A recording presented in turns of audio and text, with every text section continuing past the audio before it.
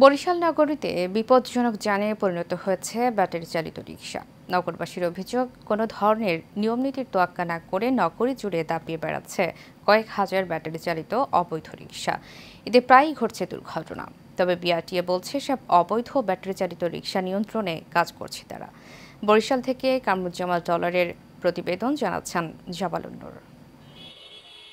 কালের বিবর্তনে পায়ে চালিত প্যাডেল রিকশার স্থান দখল করে নিচ্ছে ব্যাটারি চালিত রিকশা। বর্তমানে বরিশাল সিটি এলাকায় চলাচল করছে 15 থেকে 18 হাজারের বেশি ব্যাটারি চালিত রিকশা।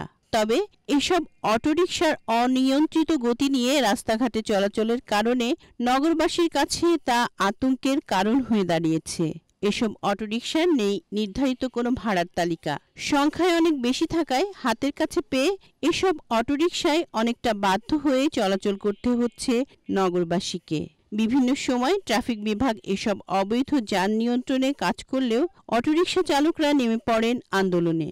ব্যাটারি চালিত যে অটোরিকশাগুলি রয়েছে তাদের দক্ষ কোনো প্রশিক্ষণ নাই এবং যত তারা গাড়ি যেখানে সেখানে পার্কিং করে। মানুষ ফ্রিলি মুভ করতে পারতেছে না, মানে এখান থেকে ওই পাশে যাবে তাও ভাবতে হয় যে এইদিকে তাকাই কোনটা এসে গায়ে লাগাই দেয়। হুন্ডার লাগেও পাল্লা দিয়ে চালায় এবং হলুদ অটোগুলো আছে হেদের লাগেও পাল্লা দিয়ে চালায়, যে কোনো জায়গায় অনেক এক্সিডেন্ট করে ফেলায়। তবে কিছু কিছু ব্যাটারি চালিত রিকশা চালকদের দাবি, বেশিরভাগ চালক অদক্ষ হওয়ায় প্রায়ই হচ্ছে এসব দুর্ঘটনা।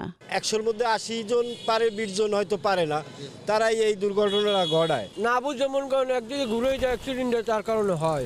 এদিকে অবৈধ ব্যাটারি চালিত রিকশা নিয়ন্ত্রণে আনতে এরই মধ্যে উদ্যোগ নেওয়া হয়েছে বলে জানান বিআরটিএর এই কর্মকর্তা। সিটি কর্পোরেশন এর নিয়ন্ত্রণ করার উদ্যোগ নিয়েছেন। পাশাপাশি এটুকু আপনাকে বলতে পারি যে ওয়ার্কশপগুলোতে অবৈধভাবে এগুলো তৈরি করে, সেই ওয়ার্কশপ জন্য আমরা অভিযান দিয়েছি এবং এই অভিযান অব্যাহত থাকবে ইনশাআল্লাহ।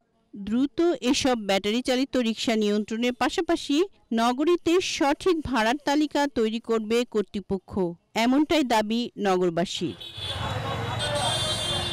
জাবালুন নূর, এশিয়ান টেলিভিশন।